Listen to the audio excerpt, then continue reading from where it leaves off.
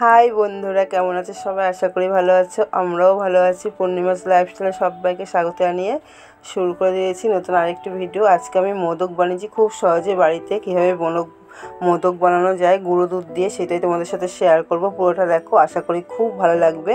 কোনো রকম স্বাদ ছাড়াই বাড়িতেই খুব সুন্দর হয়।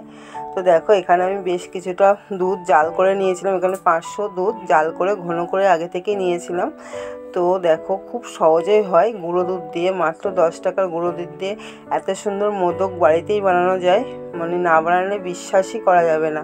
এখানে গুঁড়ো দুধ 2 প্যাকেট নিয়েছি আমি। 10 টাকা দামে যে গুঁড়ো দুধগুলো হয় সেই 2 প্যাকেট নিয়েছি। তো আমি অল্প করেই বানাবো, ওই জন্য 2 প্যাকেটই নিয়েছি। বেশি বানাতে চাইলে বেশি, মানে অনেকগুলো প্যাকেট নিলে অনেকগুলোই হবে। আমি ভালো করে মিশিয়ে নিলাম। দেখো, দুধটা আমি একদম আঁচ কমিয়ে কমিয়ে ঘন করে নেব। যেরকম আমরা ক্ষীর বানাই না, সেরকমভাবেই করতে হবে।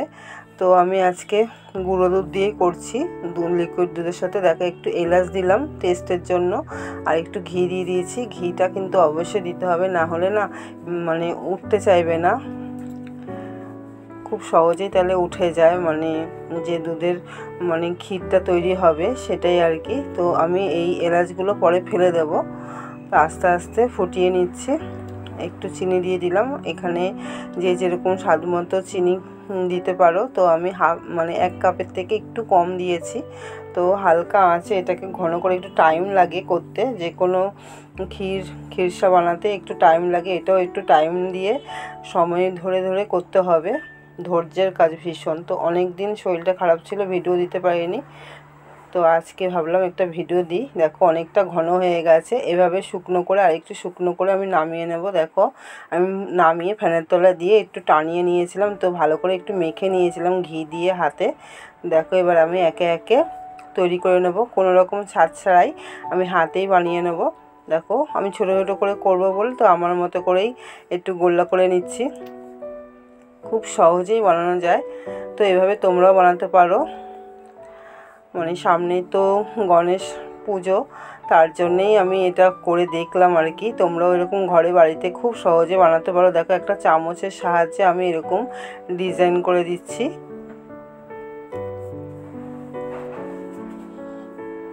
তো এখানে কাজু বাদামও দেওয়া আছে, তো আমি দিলাম না। আমি শুধুমাত্র গুঁড়ো দুধ দিয়েই করলাম।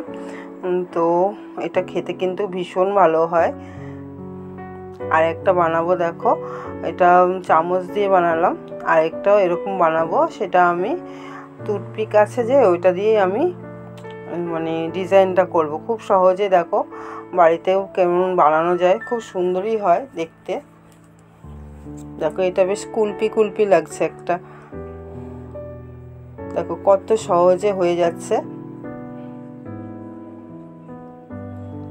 তো যারা যারা আমার ভিডিও দেখছো, নতুন বন্ধু পুরনো বন্ধু, সবাইকে অনেক অনেক ধন্যবাদ পাশে থাকার জন্য। তো কেমন হয়েছে অবশ্যই জানিও, তোমরা এভাবে বানিয়ে নিও।